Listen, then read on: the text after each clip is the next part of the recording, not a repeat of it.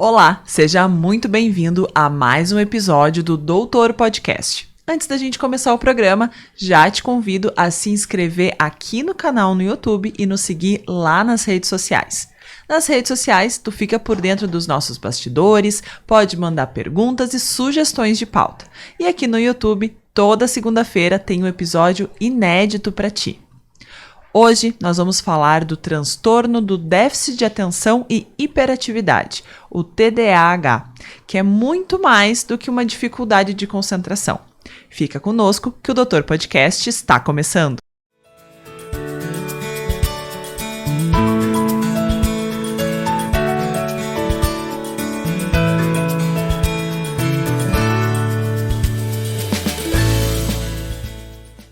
E aqui no estúdio conosco para debater esse tema, a gente recebe o Dr. Jefferson José Rodrigues Escobar, médico psiquiatra, professor de psiquiatria da Universidade de Passo Fundo, médico especialista em pediatria, psiquiatria e psiquiatria da infância, adolescência e família.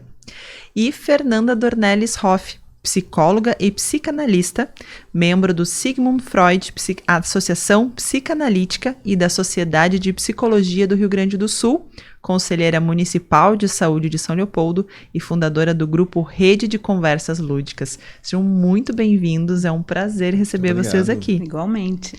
Conosco também em mais um episódio, a gente tem os móveis Heinheimer, com 80 anos de história em São Leopoldo e mais de 5.000 itens entre móveis, decorações e um monte de outras coisas em São Leopoldo. É só seguir nas redes sociais, @móveis Heinheimer, para ficar por dentro de tudo que tem por ali. Bom, gente, vamos começar então a desmembrar esse tema e conversar sobre o que é exatamente o transtorno do déficit de atenção e hiperatividade. Bom, o transtorno do déficit de atenção e hiperatividade é uma patologia que a gente chama do neurodesenvolvimento. Tá? O que vem a dizer isso? Vem a dizer que é uma patologia que ela inicia na infância. Antigamente nós classificávamos essa patologia como ela tendo início a partir dos 7 anos, né?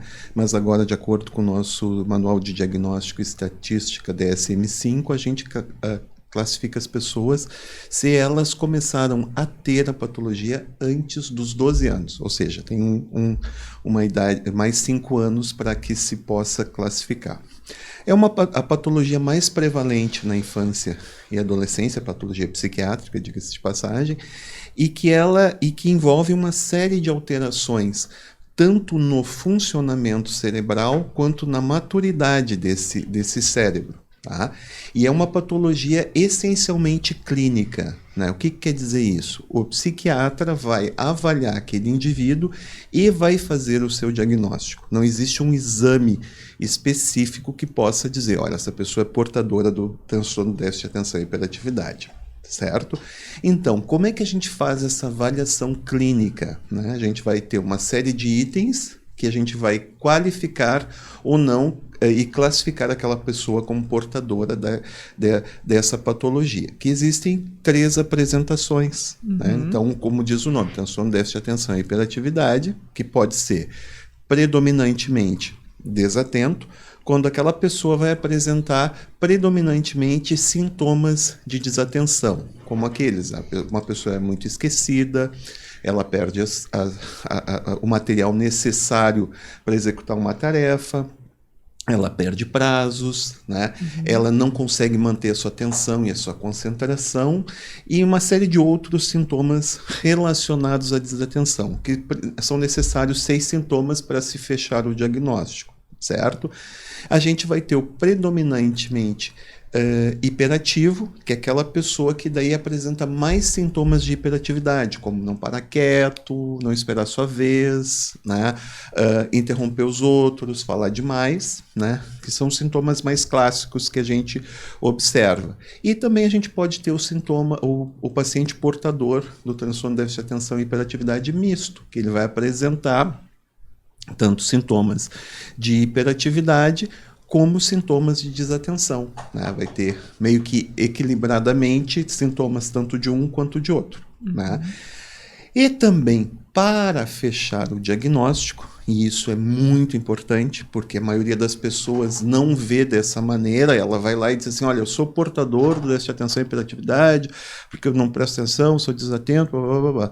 A gente tem que ter alguns critérios muito específicos, tá? E esses critérios dizem respeito a prejuízo. Aquela pessoa precisa ter prejuízo em pelo menos dois locais de atuação dela. Por exemplo, a criança a gente vai ter em casa, tá? E vai ter também na escola, o adulto no trabalho em casa. Mas, muitas vezes, porque também essa é uma patologia genética, a gente tem uma casa em que um dos pais, ou às vezes até mesmo os dois pais, são portadores de TDAH. E aquela sintomatologia de ser esquecido, perder chave, perder celular, perder prazo, chegar atrasado, procrastinar, é uma constante naquela família. Então, muitas vezes a gente não vai ter a manifestação nos dois ambientes tão claramente. Então, a gente tem que investigar muito para poder entender se aquela pessoa tem ou não. Um outro aspecto muito importante do TDAH, e que por isso que até 1994 se tinha uma ideia muito mágica de que o TDAH acabava na infância e não seguia como nos adultos, é que o TDAH ele muda durante a história. Então, durante a vida da pessoa. Durante a vida da pessoa. Então, por exemplo, a gente não toleraria, por exemplo, se tu fosse uma portadora do TDAH, nós não toleraríamos e tu não teria sucesso profissional se tu não parasse quieto. Uhum. Então, a gente vai ter muitos sintomas do TDAH naquela pessoa que ela vai ser, como adulto, mais desatento. Tá? E uma das manifestações muito clássicas no adulto é aquele adulto que é workaholic, né? E que daí causa mais uma dificuldade para o diagnóstico, né? Qual que é? É que o workaholic, muitas vezes ele é um profissional de grande capacitação, né?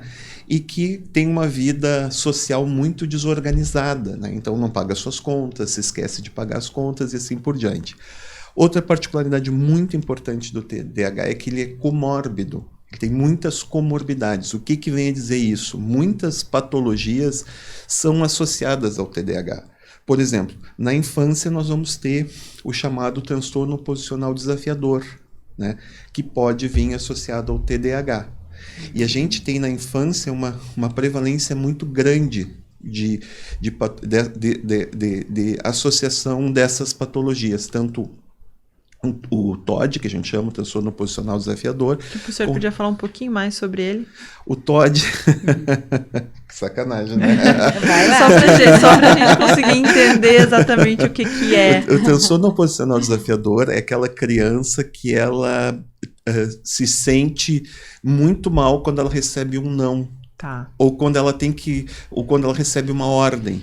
Então ela está sempre confrontando as figuras de autoridade. Né? Então, por exemplo, assim, aquela criança que tu diz, tu tem que fazer tal coisa. Não quero fazer.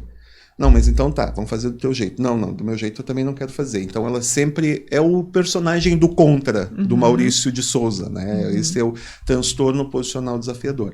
E que daí, efetivamente, causa bastante desconforto, porque eles têm muita dificuldade de poder entrar no processo acadêmico de uma maneira tranquila, né? Eles sempre ficam questionando as figuras de autoridade, o diretor, o professor, e daí tem muitas dificuldades com relação às interações, né, com seus colegas, com a própria família, né? Então é muito complicado. E o TOD é a que é mais prevalente no TDAH. Né?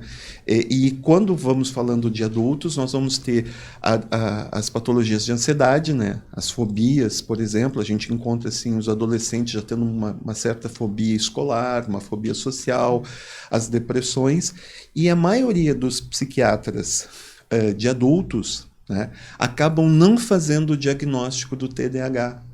Né? O TDAH, por ser comórbido, então tu vai ter um paciente que é portador de depressão ou de ansiedade, que não tem uma boa resposta ao tratamento, e se a gente for analisar mais profundamente, né, a gente vai ver que aquele indivíduo, além dos sintomas de depressão e de ansiedade, ele também tem marcadamente os sintomas do TDAH. tanto o TDAH predominantemente hiperativo, predominantemente desatento ou mesmo misto. Né? E que socialmente ele está inserido, né? Porque o workaholic, o cara é um baita de um trabalhador, o cara que trabalha com TI, que fica horas e horas ali, acaba não sendo levado em conta esses outros sintomas, certo? E daí para a gente entender, tudo bem, a pessoa tem essa patologia, então quer dizer que ele é uma pessoa que não se esforça suficientemente, é um termo pejorativo, vagal, vagabundo, não quer fazer as coisas adequadamente, ou ele intencionalmente se esquece de entregar o trabalho, essas coisas, não quer seguir a sua vida de maneira adequada, não quer se inserir nas regras. Não é bem assim, tá? O transtorno do déficit de atenção é uma das patologias psiquiátricas mais pesquisadas e felizmente o Rio Grande do Sul e o Brasil são centros de pesquisa. Nós temos aqui uma das maiores celebridades do TDAH, que é o Dr. Luiz Augusto Rode, no Hospital de Clínicas de Porto Alegre, né? Então, o que a gente já sabe sobre o que ocorre no cérebro daquela pessoa, né, a gente entende daí grande parte dos seus sintomas. O que ocorre? No cérebro da pessoa portadora de TDAH, o que a gente vai ter? A gente vai ter uma deficiência de uma substância chamada dopamina. O que é a dopamina? A dopamina, em linhas gerais, é a substância do prazer. Tá? Então, quando tu chega para uma mãe e diz assim, teu filho não consegue prestar atenção, manter a concentração um tempo adequado, ela vai rir na tua cara e diz assim, não é bem assim, doutor. O que ele gosta, por exemplo, os jogos eletrônicos, ele fica horas e horas, fica 8 horas, fica o fim de semana todo. Mas o que acontece quando aquela pessoa está fazendo uma atividade prazerosa? Ela está se tratando com aquela atividade, ela está liberando mais dopamina. Vocês entenderam? É uma maneira que ela tem de suprir aquela deficiência dopaminérgica que ela não tem, que ela tem pouca produtividade, né? E a outra questão que ocorre é que existe um tempo no desenvolvimento daquele cérebro de um portador, né, de aproximadamente 2 anos, e esse gap que a gente chama, que nem é uma deficiência, é um gap por essa deficiência, quando a gente inicia o tratamento, a gente consegue equilibrar essa questão de produtividade de dopamina e a gente melhora os circuitos do cérebro também. Então, o que quer dizer isso? Então, aquela pessoa que tinha um comportamento de, vamos pegar uma estrada, por exemplo, eu vou até Porto Alegre, tá? Meu objetivo é ir até Porto Alegre. Então, as pessoas, de uma maneira geral, vão fazer o seguinte, vou pegar a BR-116, está ocupado, vou lá, vou pegar 448, vou chegar um pouco mais rápido. Né? A pessoa portadora de TDAH, por essa deficiência de dopamina, ela vai ter um caminho único. Por exemplo, ela vai ir até São Leopoldo, vai pegar a Estrada Velha ela vai até Cachoeirinha ela vai até Viamão ela volta e vai chegar em Porto Alegre. Né? Faz uma volta muito maior. Faz uma volta muito maior, porque essa circuitaria que ela poderia usar, que facilitaria a sua história, o que ocorre? Ela não está ativa. Então, quando a gente começa a fazer o tratamento, né, medicamentoso e também com terapia cognitivo-comportamental, mas essencialmente medicamentoso, o que ocorre? Aquele aumento da dopamina ali no neurônio faz com que esses circuitos sejam reativados. Eles existem e eles são reativados. Existem diversas polêmicas também com relação ao tratamento do TDAH. Por exemplo, se deve parar nos fins de semana, se deve parar nas férias, daí então a gente tem que ir na essência filosófica do próprio diagnóstico. O diagnóstico não diz que a gente tem prejuízo em dois aspectos da vida da pessoa.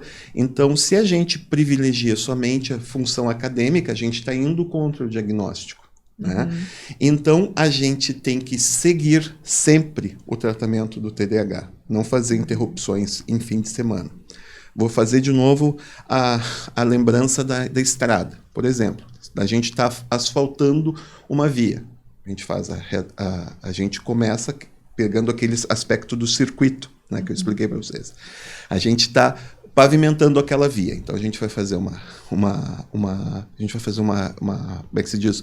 Vou botar retroescavadeiras, vamos botar brita, vamos botar mais outro substrato, vamos botar mais brita, vamos botar uma nata de cimento, uma nata de asfalto.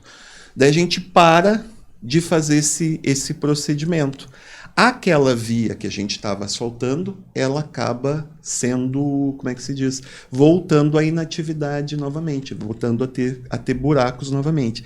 E um aspecto muito importante do TDAH, quanto mais precocemente se trata, a chance de cura. Estou falando de cura dentro da medicina, que isso é raro, principalmente em doenças crônicas. A chance de cura é muito grande, é quase que 50-50.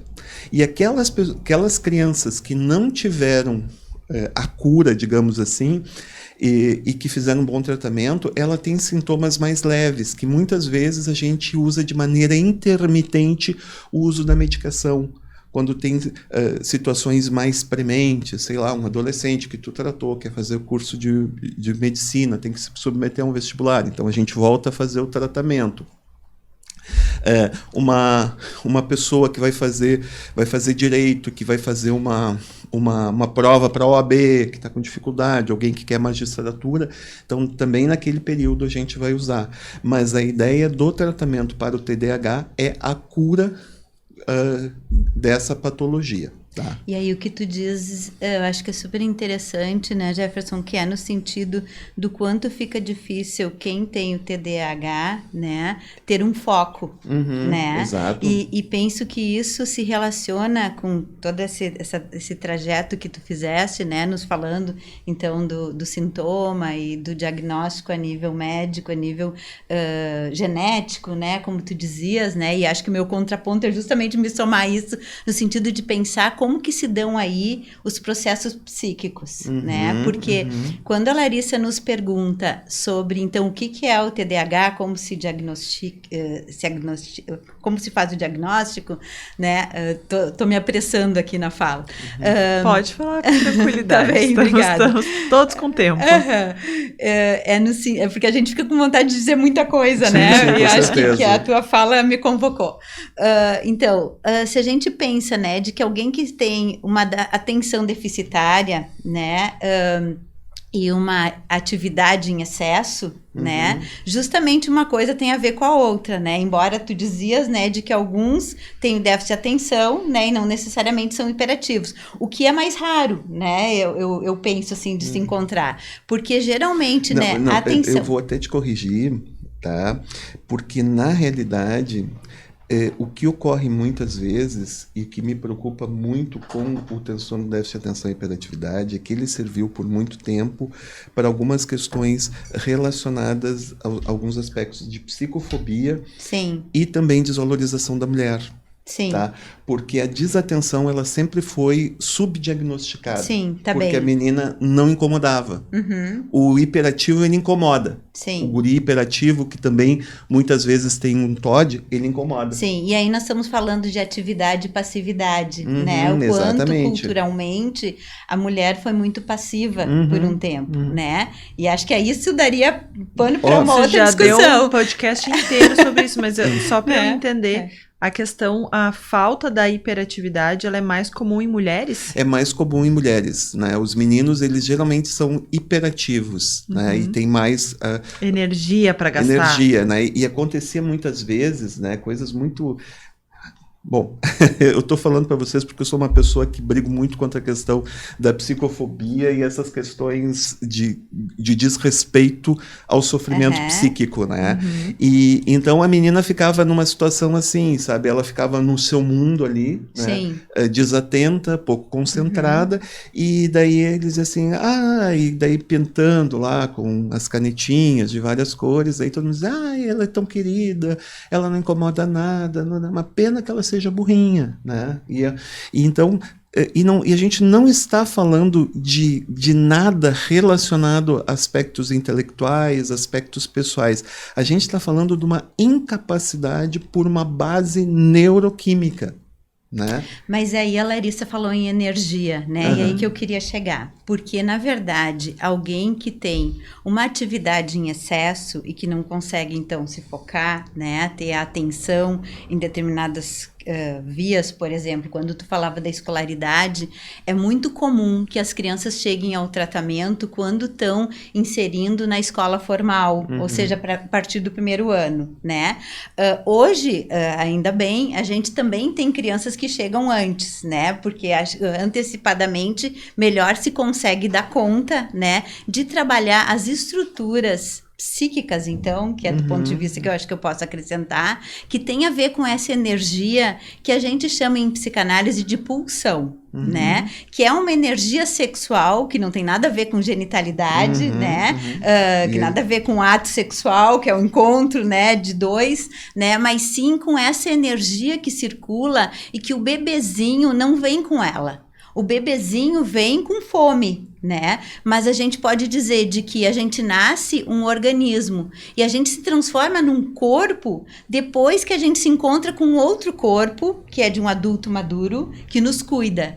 E a partir desses cuidados, algo se inscreve ali. Né, um carimbo, fica impresso, algo que é do pulsional, dessa energia, então, né, que é da sexualidade, essa do primeiro tempo da vida, que vai nos motivar, que vai motivar uma criança, se ela tá engatinhando aqui, de querer mexer na planta, de querer, né, na xícara, né, precisa de um impulso. Tem crianças que não têm isso, o que é muito preocupante, tanto que cada vez mais as intervenções precoces, né, estão sendo estudadas e se trabalha com pais, bebês, enfim, no sentido de acionar isso, que seria algo falho da ordem da pulsação, disso que pulsa dentro de nós.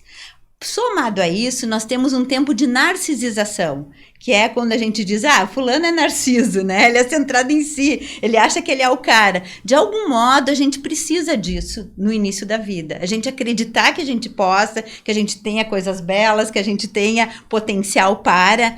Porém, junto a isso, precisa ser somado um período em que a gente consegue assimilar a pautação. O que é a pautação? É as referências que a gente tem do mundo. Para eu ir para a escola, eu tenho que saber algumas regras, desde que o horário de sair de casa, de sentar, tomar café da manhã, né? Alguns sujeitos, né, têm dificuldade maior de ascender a tudo isso. Seja num ou no outro tempo. Eu estou aqui, obviamente, abrindo um panorama, né, de um modo mais genérico, mas para a gente entender de que pode que um déficit de atenção tenha a ver porque eu só me satisfaço na frente do computador. Então, aquilo que é lá da pulsação do que pulsiona dentro de mim só tem a ver com a tela. Bom, muito provavelmente porque eu fiquei muito na frente das telas. E aí a gente pode pensar do quanto a gente tem agora, né, efeitos de um tempo da pandemia, onde se tinha um tempo que a gente estava se preocupando que as telas estavam em acesso para as crianças, veio o tempo que a gente diz, vamos para as telas, porque é um modo de manter o vínculo com a escola, seja através de um celular, de um computador, de um tablet, só que agora nós estamos sofrendo alguns efeitos disso. Como se isso que pulsiona dentro da criança tivesse muito mais conectado com as telas ou com os personagens virtuais do que com quem lhes cuida e lhes ama. E isso é perigoso, porque isso pode ser um risco, pode que essa criança corra um risco psíquico. Eu estou falando de uma criança, mas nós podemos falar de um adulto também. Tu lembravas de quem trabalha com algo que as mídias, né, e que a internet, que as telas, né, é 90% do seu tempo, também corre risco de conseguir ficar focado ali, mas todas as outras habilidades de ser social, de ter satisfações, desde sentar à mesa, de conversar com alguém, né, ou de planejar um campo maior com relação à sua vida, de poder planejar férias, poder planejar sua aposentadoria, não funciona. Ou ir de um lugar para o outro também não funciona, por mais que os GPS estejam aí. É como se o GPS de dentro ficasse falho, e que pode ser de qualquer um desses tempos.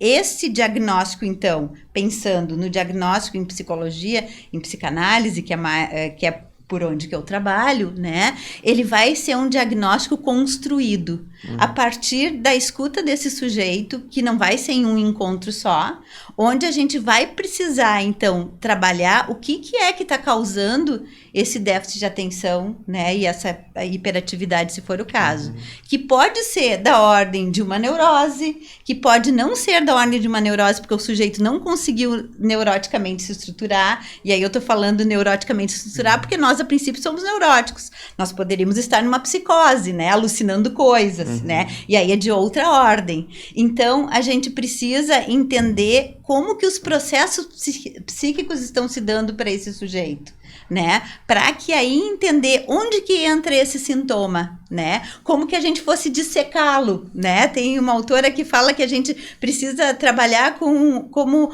uma biópsia, né? Abrir isso e ver o que tem dentro da forma como esse sujeito está se organizando psiquicamente, né? Para que aí a gente possa entender por onde que a gente vai trabalhar, né? Então, são trabalhos, terapias, análises que não são simples, porque o sujeito precisa querer.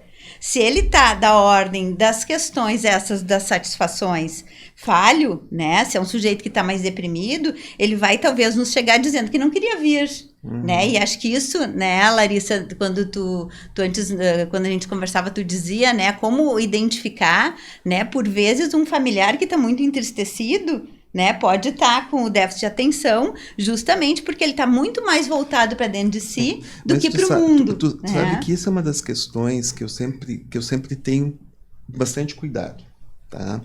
Porque quando a gente está falando, eu fiz formação psicanalítica, né, estudo bastante psicanálise por causa dessa questão, e isso é uma das críticas que a gente tem que ter muita clareza. E eu já trabalhei também com pacientes. A gente está falando de uma base biológica bastante estruturada, né? E muitas vezes a pessoa, ela não tem aquilo que a gente fala, ela é tão egocintônica, tá, que a gente não consegue fazer a distonia porque aquilo está realmente inserido dentro do seu mundo. E eu acho que é muito importante, quando a gente fala do déficit de atenção e hiperatividade, a gente poder entender muito bem essa base neuroquímica, né? Porque muitas vezes eu me pergunto, e já fiz isso, né? A gente acaba entrando num ato iatrogênico, ou seja, um ato médico errôneo, porque muitas vezes a gente vai exaustivamente no processo psicanalítico e acaba não entendendo que naquele momento é muito importante que haja também uma intervenção medicamentosa, né? Sim, o que tu está dizendo é que uma coisa não exclui a outra. Não. Né? E muitas vezes, e tem uma situação que eu acho muito importante que a gente possa falar aqui, é sobre a incidência, tá? E quando a gente deve começar a tratar o TDAH. Medicamentosamente, né? Eu acho que a intervenção precoce é extremamente necessária, um entendimento, o trabalho com a família, psicoeducação para mim é vital dentro do atendimento do TDAH, mas a gente deve entender que não é esse número grande que a gente tem tido agora, tá? A incidência, se vai perguntar para professores, é 10 a 20%. Não, isso nem alcoolismo e nem depressão é tanto assim, né? Que são doenças de saúde pública. No trabalho da doutora Silza Tramontina e doutor Luiz Augusto Rode, no Rio Grande do Sul, nas escolas em que ativamente se foi procurado o TDAH, nas escolas estaduais, é 5,2. É alta, é uma incidência alta, mas não é tão grande quanto, tá? E por algumas questões de efeitos colaterais da medicação, a gente não trata antes dos 7 anos. Tá? Porque, por exemplo, o metilfenidato, ele faz com que algumas crianças, geralmente para o nosso azar, né, aquele gurizinho que já é bem magrinho, ele perca o apetite. Então, ele não tem um desenvolvimento adequado. E uma outra questão que tu falaste, que eu acho muito importante, é que muitas vezes, né, por essa nossa organização social, a gente chega e propõe que as nossas crianças fiquem quietas. E como tu disseste, aquela criança que é muito quieta, ela tem que nos assustar.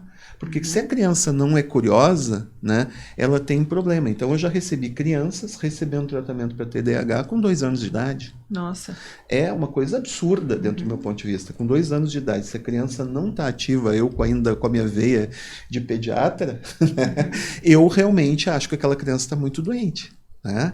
Então eu acho que se aquela criança não vai, se ela não usa a sua pulsão de vida, a sua curiosidade, aquela criança ela está doente, mas não é doente pelo déficit de atenção porque ela está hiperativa. E dentro da nossa sociedade atual, né, o que eu, quando eu falo sobre as gerações, né, como eu falei para vocês há pouco, eu vejo que a gente está perdendo muito essa questão das relações interpessoais, o olho no olho. Né? Então, e aí tem uma questão importante, eu acho, nisso da pulsação, né? Que é como que, de fato, as coisas nos fazem sentido na vida, né? Se a gente pensa em um esquema do Sigmund Freud, é um pente, né, onde ele organiza o psiquismo, onde ele nos esclarece, ele teoriza, né, isso lá no tempo de 1800, mas que são coisas que obviamente a gente revisa, mas que são coisas que são importantes que a gente possa manter, que é como essas descobertas do psiquismo, de que tudo que entra no nosso psiquismo, né, vem pela via sensorial. Né? Então, pela visão, pela audição, pelo tato, pelo olfato, assim a gente está trocando aqui, né? E o psiquismo, ele tem sempre um processo de que o que entra, ele precisa, como tudo que entra no nosso organismo, né? Eu acho que a tua área muito nos fala disso, né? Dos processos orgânicos, mas o psiquismo, então, também tem essa via de trabalhar. Tudo que entra precisa ser processado. E ao ser processado, tem um efeito, né, que é pela via motora, né, então entra pela via sensorial, né, e escoa, digamos assim, pela via motora, com mais ou menos complexidade, né, então eu posso, por exemplo, se a Larissa, sei lá, me disser uma coisa que eu não gostei, eu posso dar um soco nela, eu posso dizer, Larissa, não gostei desse jeito, né, óbvio que a segunda via é muito mais complexa. Para isso, eu preciso passar por dentro de mim, nas marcas, né, que estão lá no esquema do pente do Freud, né, que são marcas que estão lá como nosso lastro de base, que são os valores morais, éticos, a palavra que o meu pai um dia me disse, o jeito sensível da minha mãe, o jeito que eu aprendi a me defender. Tudo isso são marcas que se inscrevem.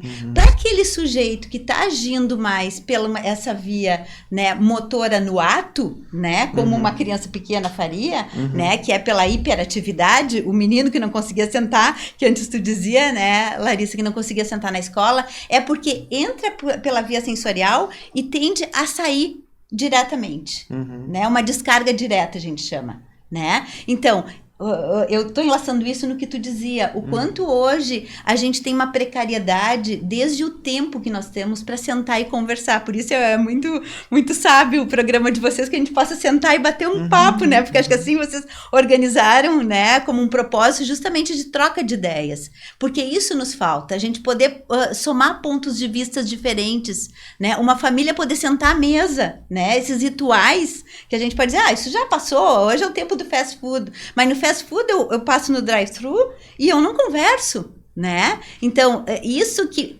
aquilo que eu digo passa por dentro do outro, que vai me dizer alguma coisa que eu vou precisar elaborar, né? Metabolizar, né? Então, o contato, por exemplo, né, com os jogos virtuais, né, que as nossas crianças, os nossos adultos também estão usando muito como lazer, né, ele é uma ferramenta. Só que se ele fizer parte da maior troca que eu tenho, né, eu vou ficar com precariedade disso que é o contato com outro humano, onde eu enxergo todos os detalhes, onde eu estou de corpo físico presente, onde eu vejo a expressão do rosto, né, que eu vejo se o que eu estou dizendo, como que ecoa em cada um de vocês, né, isso tudo a gente em alguns momentos perde, né? Eu diria que em muitos momentos. Claro que a gente não pode ser saudosista e pensar, então vamos tirar as telas das nossas vidas. Não, isso não tem como, né? Nós temos muito ganhos com isso. Mas também nós precisamos pensar na quantidade, na intensidade, né? Que essas vias tomam na nossa vida, né? E volto à pandemia, que foi um tempo em que a gente ficou muito entregue às telas, né?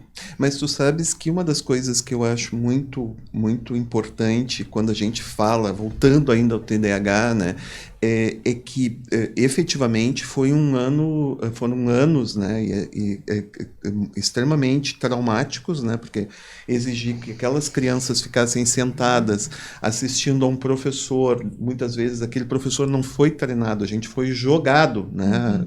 Não deu tempo de treinar ninguém. Né? Ninguém foi treinado, a gente foi jogado, foi uma questão pandêmica e todas essas questões de ver, de analisar como fazer, né? Então foi muito difícil e eu acho que aconteceram algumas questões muito complicadas. E eu vejo muito na minha posição de professor, né, que eu tento ver. Por exemplo, o professor deu muita aula para telas em branco, para telas pretas, né, porque os alunos não ligavam a câmera.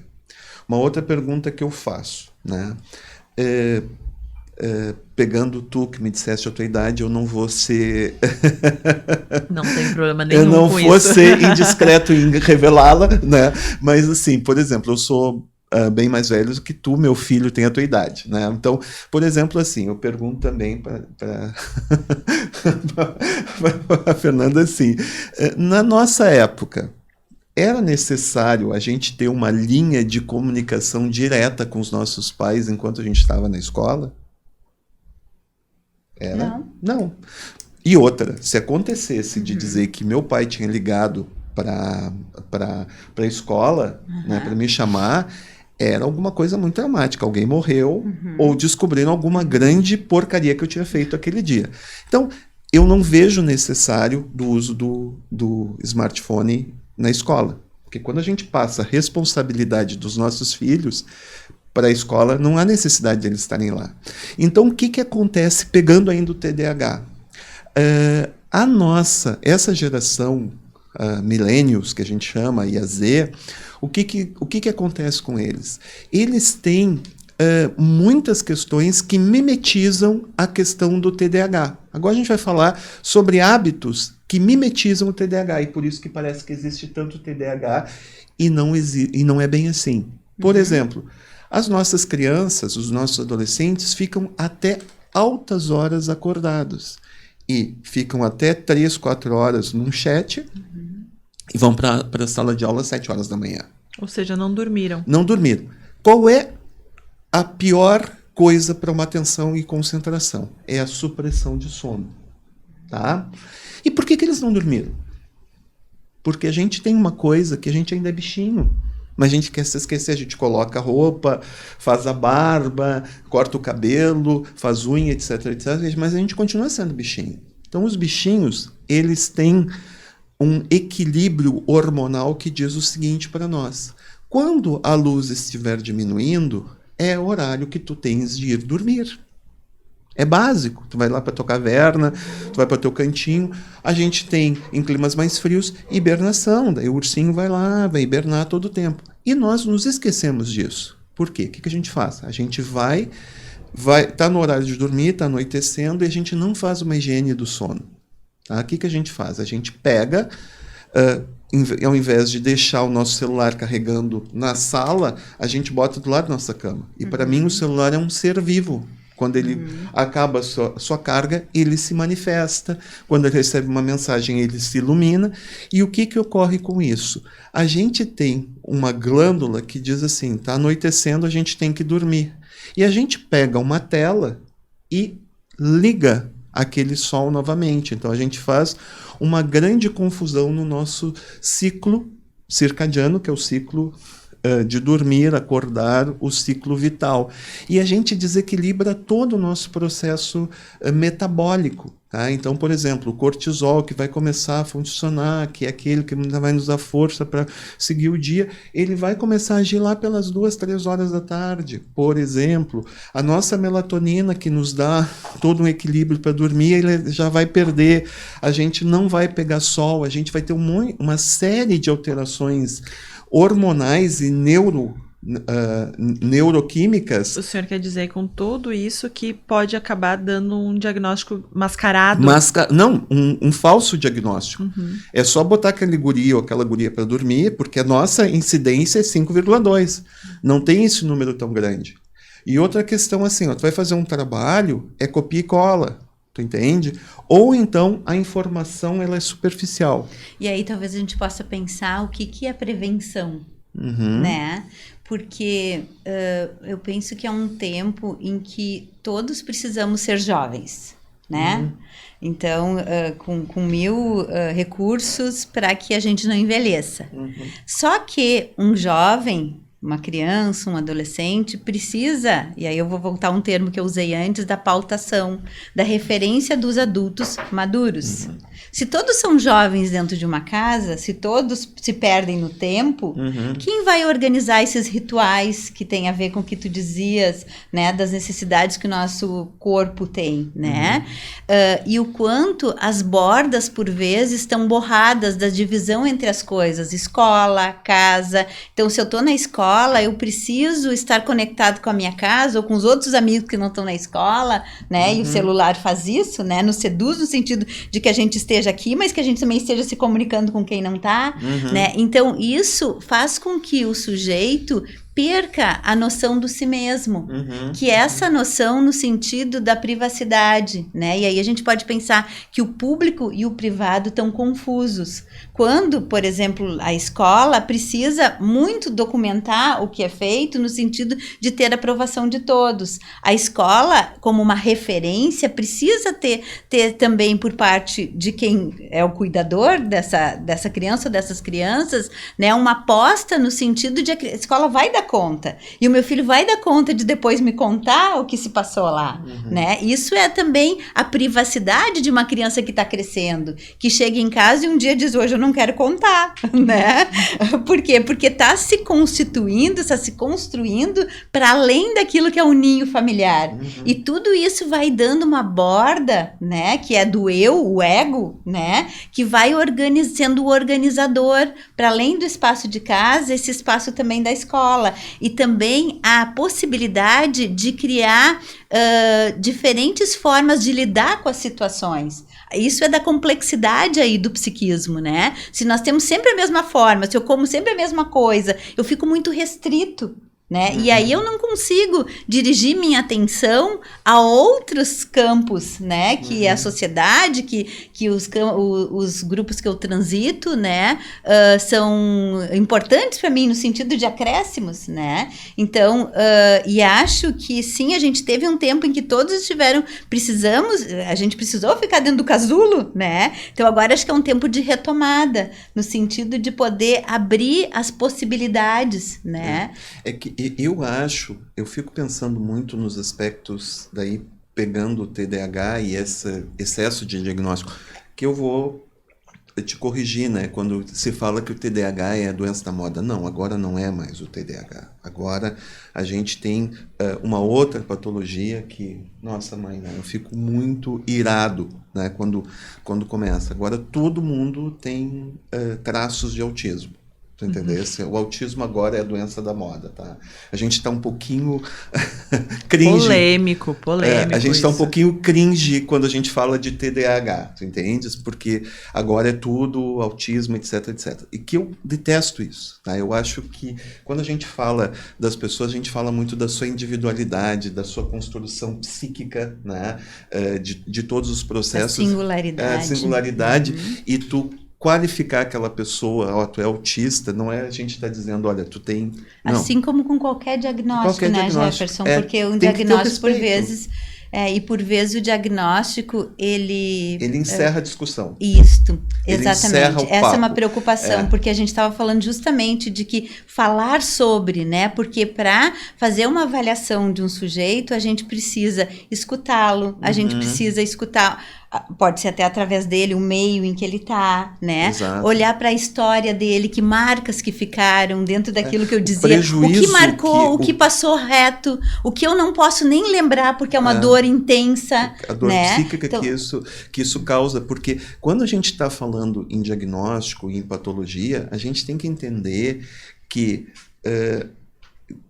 a gente está falando de dor psíquica. Por isso que eu falo na questão da psicofobia. A gente tem que ter o respeito pela dor. Não é passar a mão, não. Ó, tu tem essa dificuldade. Vamos tentar te ajudar com esta dificuldade. Tem medicação, tem tratamento, psicoterapia, tudo isso. Mas assim, ó, vamos trabalhar com isso, mas tu não te encerra em sendo um TDAH. Tu não é a pessoa. A gente conseguiu, através de estudos e de várias coisas, te deixar numa posição em que o teu sofrimento psíquico ele pode ser amainado, né? E muitas vezes as pessoas encerram assim, olha, fulano tem TDAH, ou até mesmo como tu colocasse, o fulaninho está na hora de tu tomar o teu remédio, né? Entende?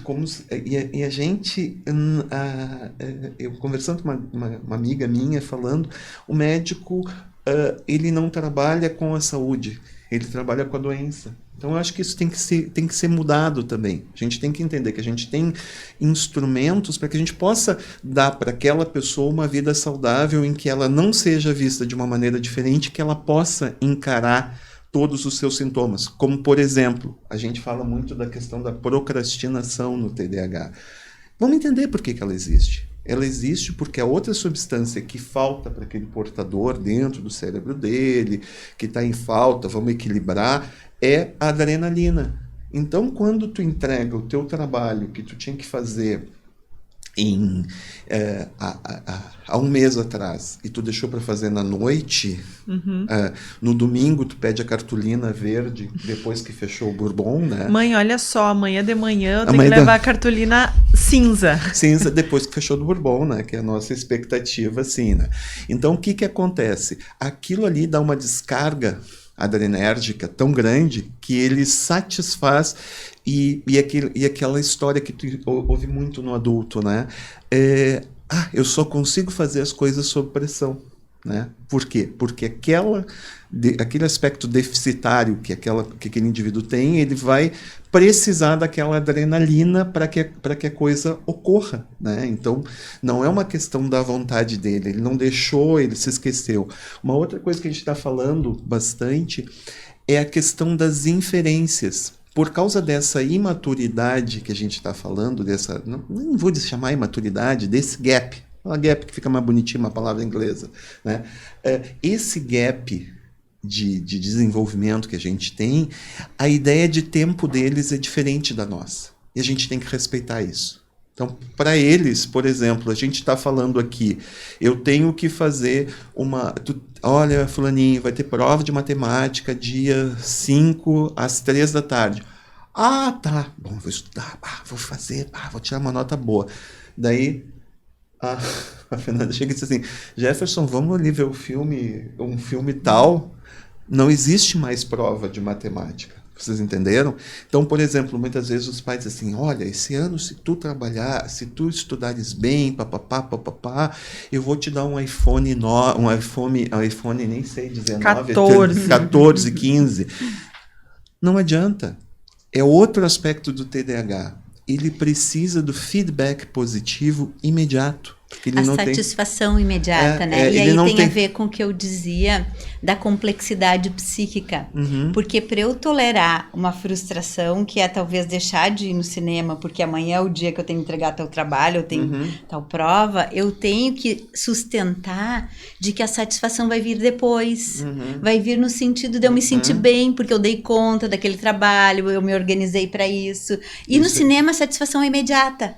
Né? Então, e isso está muito em conexão com o que a gente chama de hiperatividade, no sentido de que sempre que eu tenho algo que me ofereça essa satisfação no ato, eu vou agir. Né? Aquela via dopaminérgica, né? Eu vou satisfazer, que eu estou com vontade de ver esse filme, eu vou me satisfazer com aquilo agora. Mas o que eu vou fazer depois E aquela coisa assim, não, eu sempre pego recuperação, mas depois eu vou lá e dou conta no final do semestre, né? Então, todas essas falas, a gente tem que ter um entendimento por que elas existem e claro, respeitar. E talvez elas existam porque esse sujeito muito pouco teve no seu meio a valorização dos processos das coisas.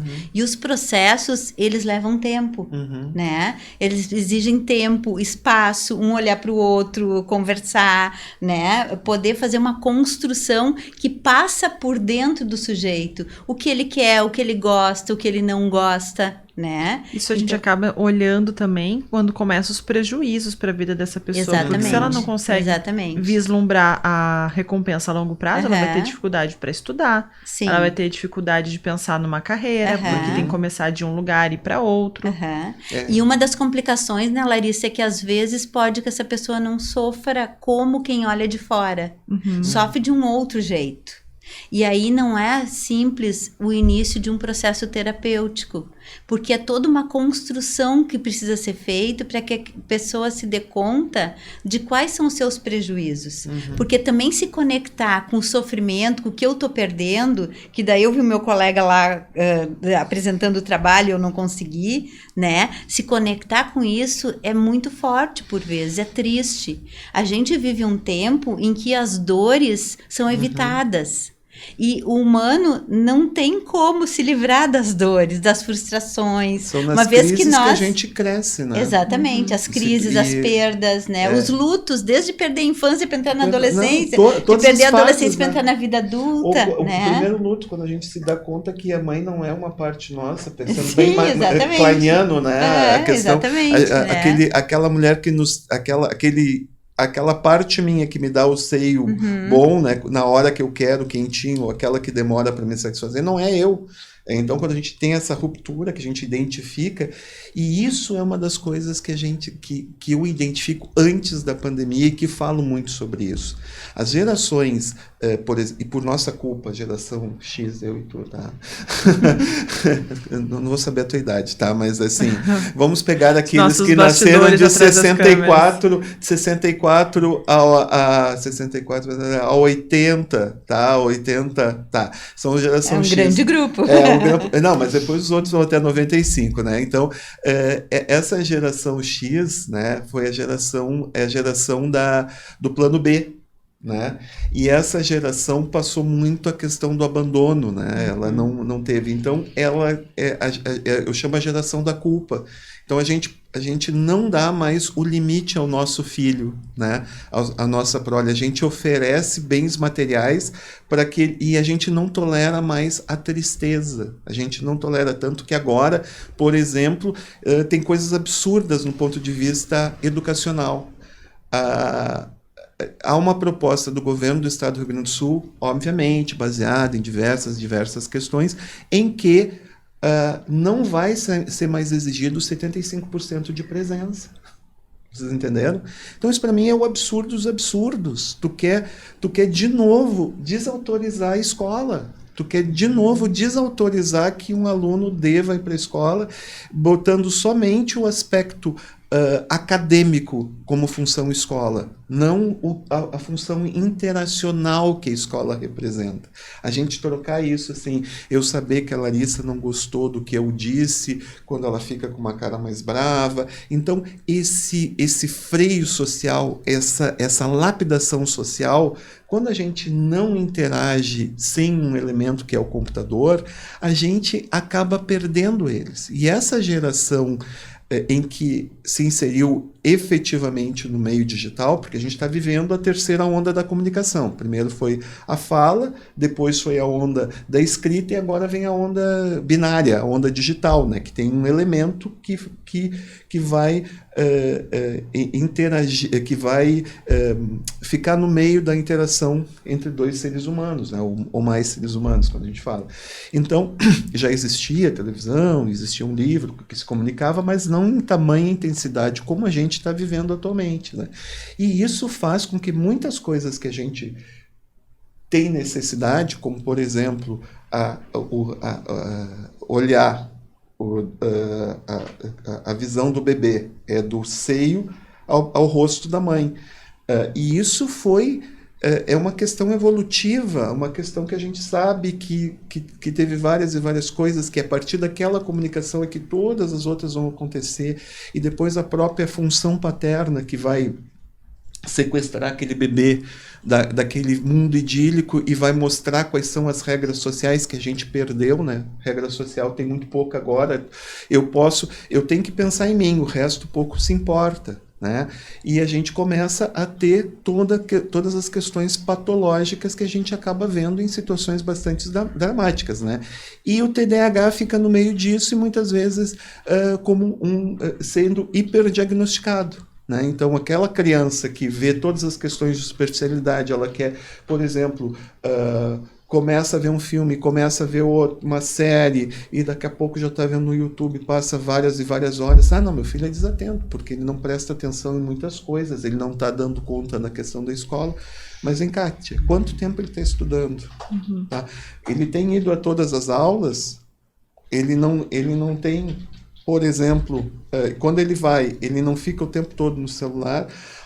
Com certeza não. Até eu sei que ele não está no celular porque ele me mandou uma mensagem do WhatsApp. Bom, então ele está no celular. Sim. Vocês entenderam? Então essas coisas são muito, muito dramáticas e a gente tem que voltar para a ciência. Ou seja, a gente tem que ver assim, TDAH é isso, não aquilo. TDAH pode ser mimetizado, pode se pensar no TDAH se fizer aquilo. Né? Bom, eu acho importante, a gente falou muito dessa questão, mas eu acho importante a gente falar também da questão do tratamento, o como ele é efetivamente feito e qual é o perigo de não tratar, no caso desse adulto, dessa criança de hoje que não é tratada, vira um adulto que não manejou, quais são os riscos ou perigos ou dificuldades que essa pessoa vai enfrentar. Bom, Vai lá.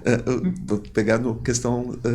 o tratamento ele é feito, primeira coisa, né, que a gente tem que sempre entender, é como a Fernanda falou, né, tem que estar inserido, a gente tem que entender aquela família, né, onde que aquela pessoa está, né, onde aquele indivíduo que a gente está avaliando está, e daí a gente fazer um processo de psicoeducação, né, entender bem aquilo. E a segunda etapa, né, que a gente fez todo esse processo é iniciar a medicação.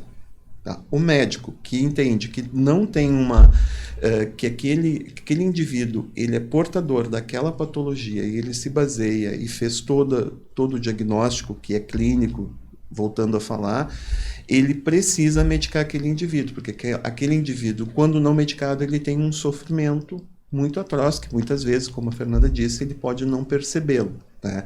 E aquele tratamento, ele é com psicoestimulantes. Tá? O que nós temos no Brasil? Nós temos o metilfenidato, tá? Posso falar o nome? O nome comercial a gente tenta não falar. Tá, as pessoas tendem a ter um alto nível de automedicação em casa. Exatamente. Então, o metilfenidato que a gente tem em duas apresentações. Metilfenidato de liberação imediata, aquela que a gente falou do menininho, que dura aproximadamente 4 horas, ou seja, no recreio acaba tomando novamente. E tem o metilfenidato de longação, tá? Que tem 2 apresentações, que ela pode durar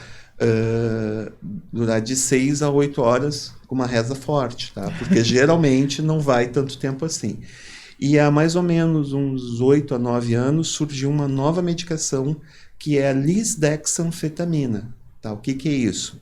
Essa medicação é uma prodroga, ou seja, ela não é uma medicação antes de ser metabolizada. Ela não é uma droga antes de ser metabolizada. Por isso, apesar de anfetamina, ela foi liberada. É a junção da lisina com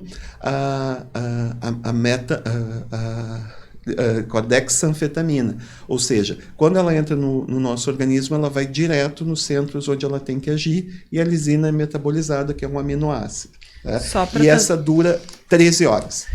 Os tratamentos, eles são só com medicamento? Não, a gente tem que fazer porque é isso que eu acho que é muito importante. A gente tem que usar a medicação, ela tem uma base importante, né? A gente sabe que se não tratar, é a mesma coisa que eu tenho um paciente com uma depressão grave e não tratar, tá?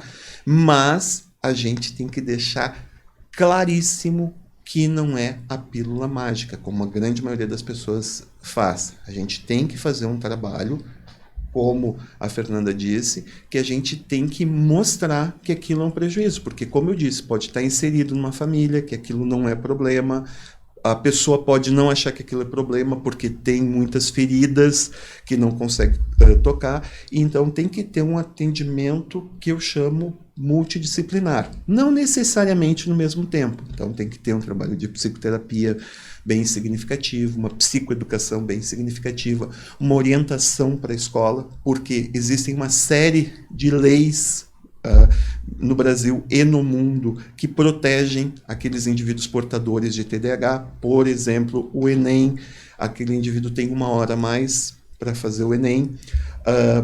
Concursos públicos tem 1 hora a mais para fazer a prova também. Não é quando essa pessoa está em tratamento, não é eliminatória em certas questões, em certas atividades, né? A gente tem a psicoterapia, o psicopedagogo também inserido, e muitas vezes a gente vai ter certas comorbidades, como, por exemplo, a gente vai ter um neurologista envolvido, a gente vai ter um nutricionista, porque a obesidade, esse tédio, esse vazio interior, né, faz com que a pessoa coma demais, muitas vezes, né? Então a gente tem obesidade, a gente vai ter depressão, e muitas vezes essas comorbidades, elas são decorrentes dos sintomas do TDAH. Então, um processo psicoterápico, quando bem feito e bem indicado, né, e com uma visão muito do que é essa integralidade, muitas dessas comorbidades nem precisariam de um tratamento medicamentoso. Mas o tratamento medicamentoso para o TDAH, ele tem que haver. Bom, e no consultório, como é que acontece lá o tratamento? Então, estava escutando o Jefferson e o recorte que tu fizesse, né, Jefferson, do que a gente falava antes, sobre mostrar o sofrimento para a pessoa, né? Em psicanálise, o mostrar, eu diria que a gente poderia substituir por construir, porque é justamente, né, Larissa, de poder escutar a pessoa e poder pontuar para ela pontos em que ela nos mostra um sofrimento.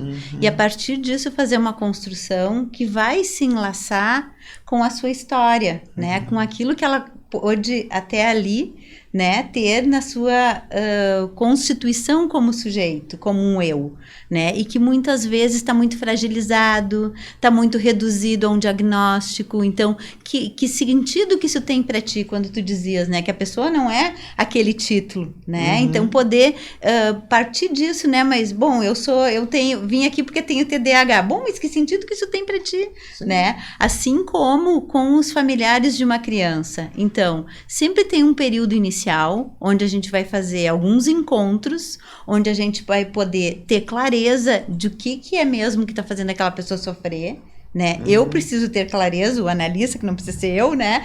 Mas quem estiver escutando, né? E também a pessoa que está ali nos trazendo o sofrimento. E a partir disso a gente vai fazer um plano de trabalho. No caso de uma criança, a gente vai trabalhar com seus tutores, né, com seus cuidadores, com a criança, né, com as crianças a gente trabalha por uma via lúdica, né, usando cada vez mais materiais que não são construídos previamente, né? Então, uma argila, massa de modelar, tinta, que a criança possa construir, porque ela está se construindo, né? E a partir disso, a gente vai podendo escutar e identificar o que é que está fazendo com que ela não tenha atenção naquilo que o mundo está lhe oferecendo no período da sua vida, ao menos que a nossa estrutura social é assim que se organiza, né? E o que está fazendo com que essa atividade seja em excesso no corpo, para poder ajudar esse sujeito a construir essa complexidade, para que as coisas, para que se amplie um leque de possibilidades com relação àquilo que faz sentido para esse sujeito, né? Então, são processos muito bonitos, né? Muito trabalhosos, né? Mas muito bonitos, né? Tanto a quem se entrega na escuta, né? Na psicanálise, como para quem aos poucos consegue se dar conta dos benefícios disso. E sempre que possível a gente vai recorrer a outros profissionais, como tu dizia, né? Tem casos que a gente precisa trabalhar, né, de modo multidisciplinar e interdisciplinar, né, podendo contar também também com uma avaliação, no sentido de ver se precisa ou não da medicação, mas sempre vai ser priorizado em psicanálise que o sujeito possa olhar para si. Né? De que modo? Bom, alguns usando o divã, outros falando frente a frente, a criança ou adolescente brincando, desenhando, às vezes traz o celular, nos mostra um vídeo, né? É trazer um tanto do seu mundo, né, para dentro do consultório. A gente chama, né, tecnicamente de transferência, transferir para lá, para nossa relação, né? E que vai ter momentos em que vai ser difícil, em que essa pessoa, esse sujeito vai até embrabecer com a gente, aquilo vai ser material para a gente trabalhar, né, ou vai se entristecer, né, por estar olhando para dentro de si. A gente vai pensar como sustentar isso, né, a frequência semanal é muito importante para ter uma continuidade, aquilo que tu dizia pensando na medicação, fim de semana né, como é que é os fins de semana, quantos dias passam até eu ter minha próxima sessão, o que efeito dá em mim, o que efeito quando a gente tem férias, né, que é isso de pensar os tempos e os espaços que são tão necessários para o sujeito se organizar, né? E que o nosso tempo contemporâneo, por vezes, está na contramão disso, que a gente tenha pressa, né? Que a gente logo resolva. Então, que a gente tenha já uma solução para aquilo. E a gente poder investir nos processos, desde o processo do sujeito se reconhecer no seu lugar de valor, né, nas suas relações, e poder, a partir disso, então, ressignificar uma série de coisas na vida. Como poder, né, a partir daquilo que era agido pelo impulso, poder passar por dentro de si, né? E é muito valoroso quando a gente vê uma criança pensando um pouco mais antes de agir e se dando conta disso. A senhora fala no sentido de pensar antes de agir. Alguém fez alguma coisa para essa criança, antes dela reagir, ela pensou e aí ela trabalhou aquela reação dela. Exatamente. Claro que isso nas relações é muito rápido, né?